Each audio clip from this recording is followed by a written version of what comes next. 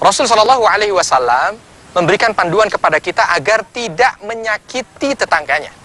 Man kana yu'minu billahi wal yaumil akhir fala yu'dhi jarahu.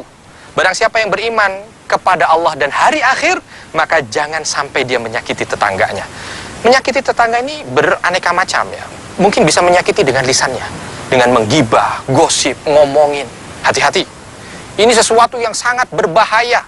Satu kata yang kita ucapkan dan itu menyakiti tetangga kita, maka kata-kata itu yang akan menjerumuskan kita ke dalam neraka Allah. Na'udzubillahi min dzalik.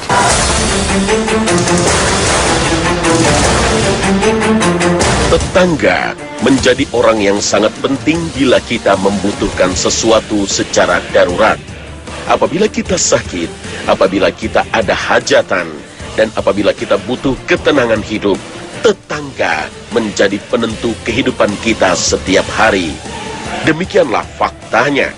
Bukan sanak saudara jauh, bukan pula atasan dan rekan kerja di kantor. Bahkan dalam Islam, kesalehan kita juga dinilai dari tetangga. Tetangga yang baik akan membawa suasana baik pula dalam kehidupan. Begitu juga sebaliknya. Di antara sekian banyak adab yang tertera di dalam Al-Quran dan As-Sunnah, ada sebuah adab mulia yang merupakan hak sesama muslim, yaitu adab bertetangga. Allah Ta'ala berfirman, "Beribadahlah kepada Allah dan janganlah kamu mempersekutukannya dengan sesuatu apapun. Dan berbuat baiklah kepada dua orang ibu bapa, karib kerabat, anak-anak yatim, orang-orang miskin, tetangga yang dekat, dan tetangga yang jauh." Al-Quran Surah An-Nisa ayat 36. Tetangga lebih tahu keadaan kita ketimbang kerabat yang tinggal berjauhan. Saat kita sakit dan ditimpa musibah berupa kehilangan harta benda atau bahkan meninggal dunia, merekalah yang pertama kali akan memberikan bantuan. Dampak hubungan yang harmonis antar tetangga mendatangkan maslahat yang begitu besar. Rasulullah Shallallahu Alaihi Wasallam bersabda, "Dan berbuat baiklah kepada tetanggamu, niscaya engkau menjadi seorang muslim." Hadis riwayat Ibnu Majah. Hadis ini mengindikasikan bahwa berbuat ihsan atau baik kepada tetangga merupakan salah satu simbol kesempurnaan iman seseorang. Sebab antara iman dan ketinggian akhlak seorang muslim berbanding lurus dengan keimanan seseorang. Maka semakin mulia pula akhlaknya kepada tetangganya menjadi bukti kesempurnaan imannya.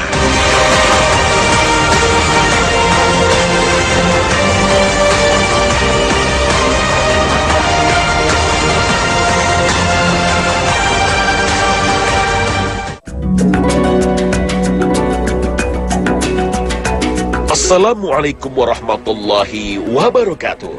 Selamat pagi pemirsa setia Khazanah Trans 7.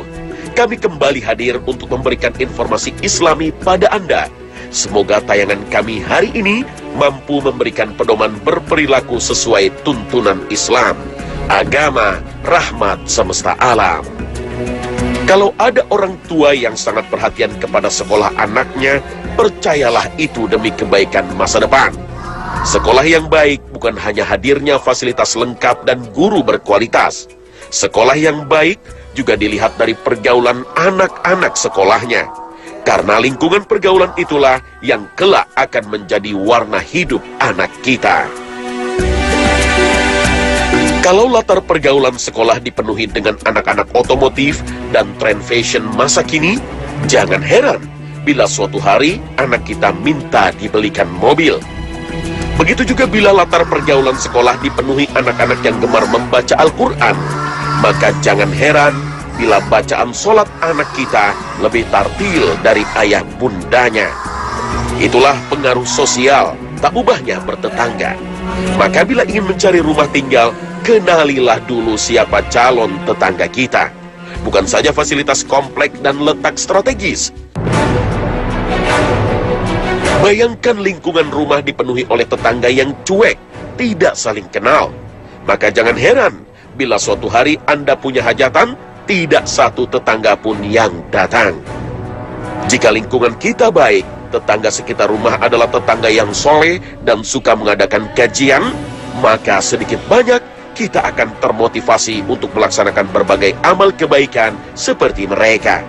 Sangatlah tepat bila Rasulullah SAW pernah bersabda, permisalan teman yang baik dan teman yang buruk ibarat seorang penjual minyak wangi dan seorang pandai besi. Penjual minyak wangi mungkin akan memberimu minyak wangi, atau engkau bisa membeli minyak wangi darinya. Dan kalaupun tidak, engkau tetap mendapatkan bau harum darinya. Sedangkan pandai besi bisa jadi percikan apinya mengenai pakaianmu. Dan kalaupun tidak, engkau tetap mendapatkan bau asapnya yang tak sedap. Hadis riwayat Bukhari dan Muslim. Bahkan dalam Islam, memiliki tetangga yang baik adalah satu dari 4 indikator bahagianya seorang Muslim. Dan sebaliknya, bertetangga dengan orang yang buruk perilakunya adalah sumber penderitaan dan kesedihan. Sebagaimana sabda Rasulullah SAW, ada 4 sumber kebahagiaan seseorang, yaitu istri solehah, rumah yang luas, tetangga yang baik, dan kendaraan yang nyaman. Juga ada 4 sumber kesedihan seseorang, yaitu tetangga yang jahat, istri yang membangkang, rumah yang sempit, dan kendaraan yang buruk. Hadis riwayat Ibnu Hibban.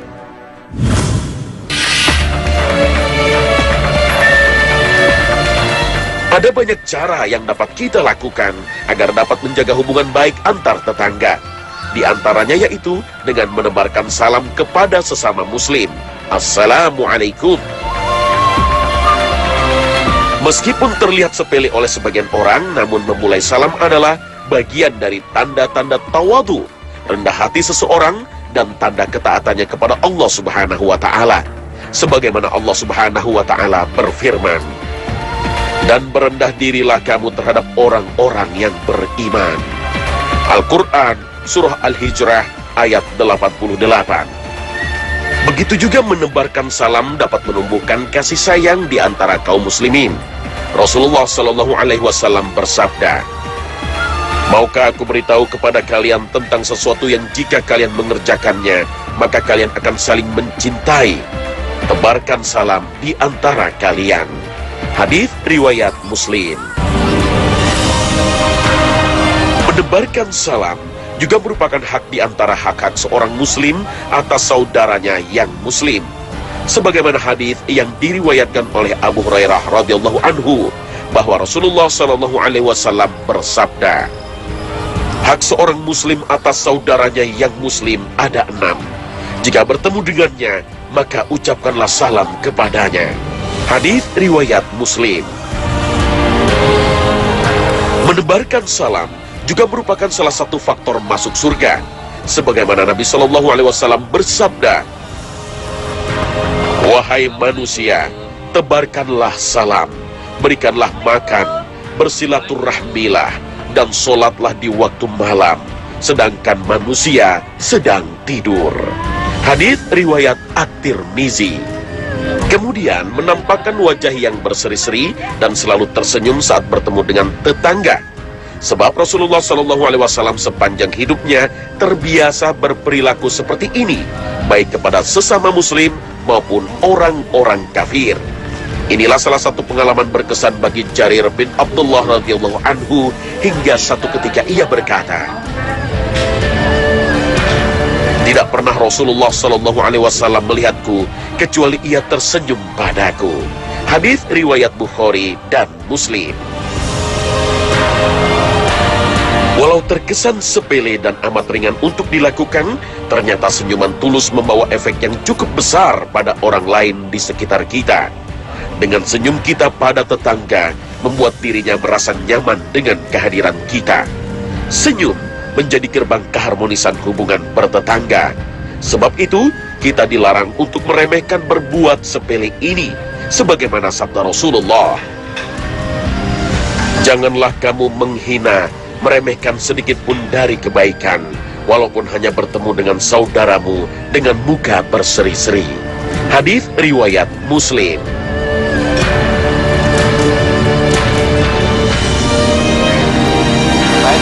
Assalamualaikum. Apa kabar, Fajar? Assalamualaikum.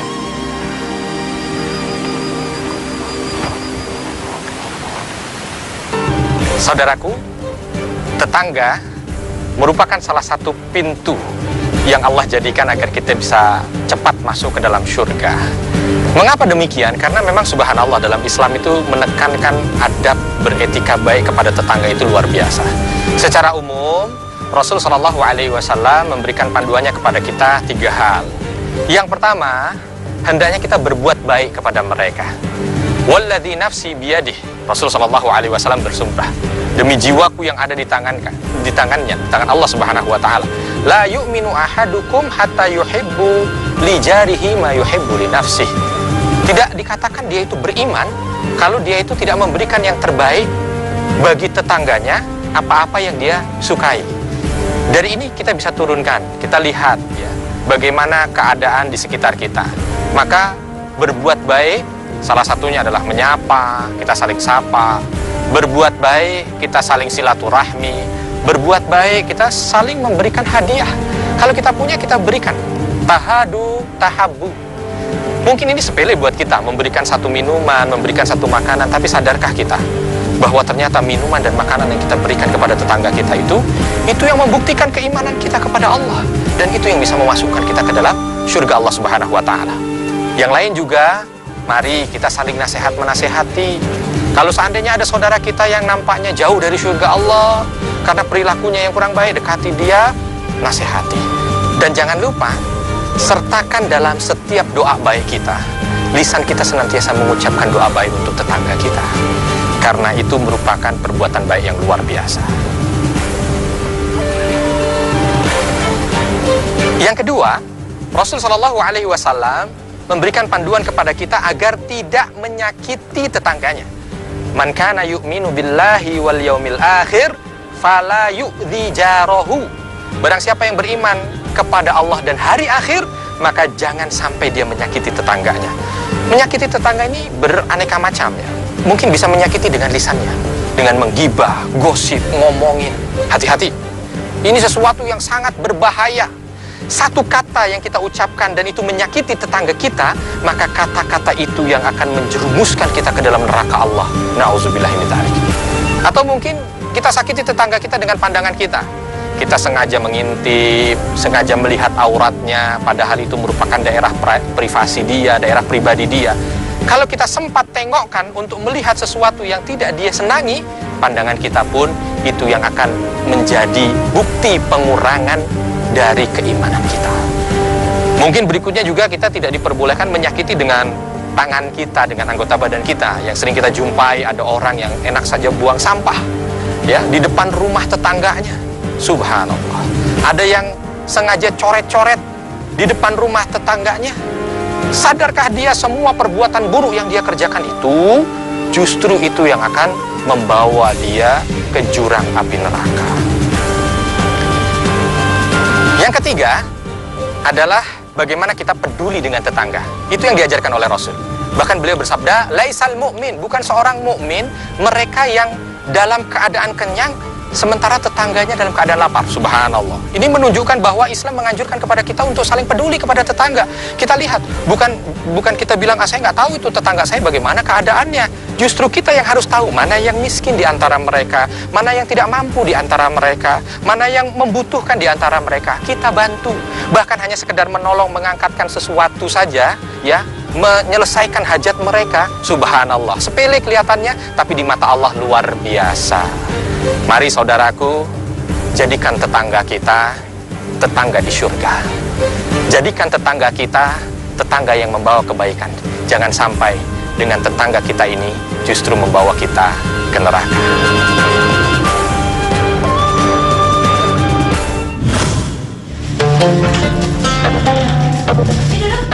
Mulai sekarang, coba sapa dan lihat tetangga kita. Apakah ada yang sedang kesulitan? Bila ada, segera bantu mereka. Karena amal soleh yang utama adalah membantu orang lain. Nabi Shallallahu Alaihi Wasallam bersabda, seutama-utama amal soleh adalah membahagiakan saudaramu yang mukmin, atau melunaskan hutangnya, atau memberinya roti.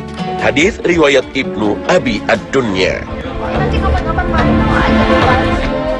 Bantulah tetangga sedini mungkin, jangan tunggu sampai parah. Sebagian kita baru mengetahui tetangga yang sakit jika mereka sudah masuk rumah sakit. Padahal Rasulullah SAW mencontohkan pernah menjenguk salah seorang sahabat, yaitu Zaid bin Arqam, yang hanya sakit mata. Ya, sakit mata biasa, bukan sejenis kebutaan, penyakit kanker ganas, atau lainnya. Barang siapa yang menjenguk orang sakit, ia masuk ke dalam rahmat Allah. Apabila duduk di sisinya, ia merasa puas, tenang di dalam rahmat itu. Apabila keluar darinya, ia senantiasa berada di dalam rahmat itu, hingga ia pulang ke rumahnya.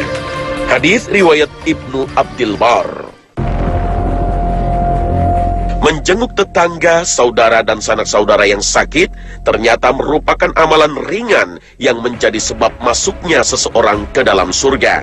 Sebagaimana sabda Rasulullah SAW, siapa yang menjenguk orang sakit atau berkunjung kepada saudaranya karena Allah, akan ada penyeru yang berseru, alangkah baiknya dirimu, alangkah baiknya langkahmu, engkau telah menempati tempat tinggal di surga.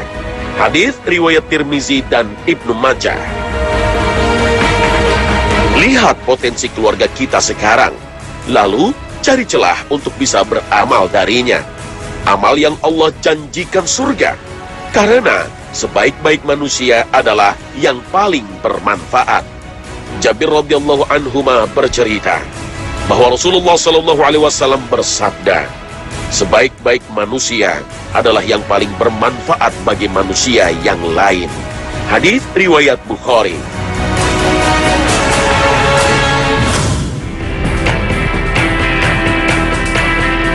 Dekatnya hubungan bertetangga otomatis membuka banyak informasi dapur yang menjadi rahasia. Hormati itu. Rahasia tetangga adalah rahasia kita, bukan sepantasnya menjadi rahasia publik dan tanpa sengaja kita sebarluaskan. Alih-alih ingin menjalin hubungan yang harmonis dan meraih surganya Allah lewat amal bertetangga, justru neraka yang kita dapat karena berghibah rahasia tetangga. Tidak juga penasaran dalam urusan pribadinya, seperti menanyakan berapa gajimu, berapa pengeluaranmu tiap bulan, berapa uang simpananmu, tabungan di bank, kamu punya berapa rekening, dan lain sebagainya. Seorang muslim yang baik adalah seorang yang memperhatikan tata krama dalam bertetangga, tidak mencampuri urusan yang tidak bermanfaat baginya, dan tidak menanyakan urusan-urusan yang bersifat pribadi. Nabi SAW bersabda, di antara baiknya Islam seseorang adalah meninggalkan sesuatu yang tidak bermanfaat baginya. Hadis sahih riwayat Tirmizi. Bersikap toleransi dengan tetangga, lemah lembut dalam berinteraksi dengannya, merupakan salah satu kiat untuk menjaga keharmonisan hubungan antar tetangga. Misalnya, dengan menerima permohonan maaf darinya, manakala ia berbuat salah pada kita. Kemudian kita menganggap seolah-olah ia tidak pernah melakukan kesalahan tersebut. Tidak ada manusia yang tidak pernah berbuat salah. Sebab itu maafkanlah kesalahan tetangga kita, seperti mereka akan selalu memaafkan kesalahan kita. Lebih utama lagi bila kita memaafkannya sebelum ia meminta maaf. Sikap inilah yang dapat menambah kecintaan tetangga kepada kita. Saat tetangga kita berbuat kesalahan, berilah peringatan dan nasihat padanya dengan cara yang baik. Sejatinya manusia yang berakal tidak akan menolak nasihat dan tidak pula membenci orang yang menasehatinya. Allah Subhanahu wa Ta'ala sungguh telah memuji Nabi SAW dan mengaruniakan sifat lemah lembut kepada beliau sebagaimana firman-Nya. Maka disebabkan rahmat dari Allah lah kamu berlaku lemah lembut terhadap mereka. Sekiranya kamu bersikap keras lagi berhati kasar, tentulah mereka menjauhkan diri dari sekelilingmu. Al-Quran Surah Ali Imran ayat 159. Nasihati tetangga kita dengan lemah lembut dan tidak di hadapan orang lain. Sebab hal itu sama saja dengan menjatuhkan harga dirinya. Nabi SAW bersabda, Sesungguhnya Allah maha lembut. Dia mencintai kelembutan dalam segala urusan. Hadis muttafaqun alaih. Mengajaknya kembali ke jalan Allah, memotivasinya agar berbuat baik dan memperingatkannya dari kejahatan, serta mendoakan tanpa sepengetahuannya.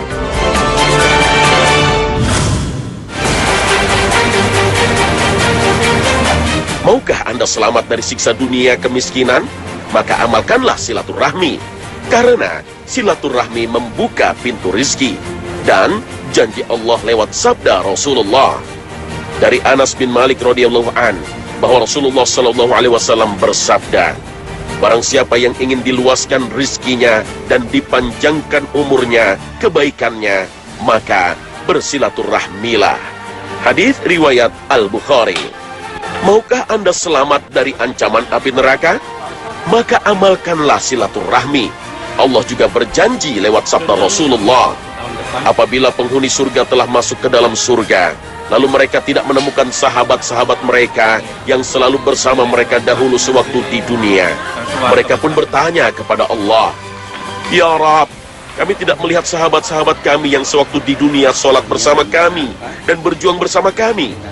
Maka Allah subhanahu wa ta'ala berfirman, pergilah kamu ke neraka, lalu keluarkanlah sahabat-sahabatmu yang hatinya ada iman, walau hanya sebesar zarrah. Hadis riwayat Ibnul Mubarak. Maha dahsyat dari amalan silaturahmi, menyambung tali sosial yang terputus, dan Allah mengganjar keuntungan berlipat-lipat bagi kita. Nabi SAW bersabda tentang keutamaan silaturahmi dalam kaidah berkunjung ini. Sesungguhnya ada seorang yang mengunjungi saudaranya di suatu kampung, maka Allah subhanahu wa ta'ala mengutus seorang malaikat untuk mengawasi perjalanannya. Malaikat tadi bertanya kepadanya, mau kemana kamu? Lalu ia menjawab, saya mau mengunjungi saudaraku di kampung. Lalu ia bertanya kembali, apa kamu ingin mengambil hakmu darinya? Ia menjawab, tidak, tetapi karena saya mencintainya karena Allah. Dia berkata, sesungguhnya aku adalah utusan Allah subhanahu wa ta'ala kepadamu, dan sesungguhnya Allah subhanahu wa ta'ala mencintaimu sebagaimana kamu mencintai saudaramu karenanya. Hadis riwayat Muslim.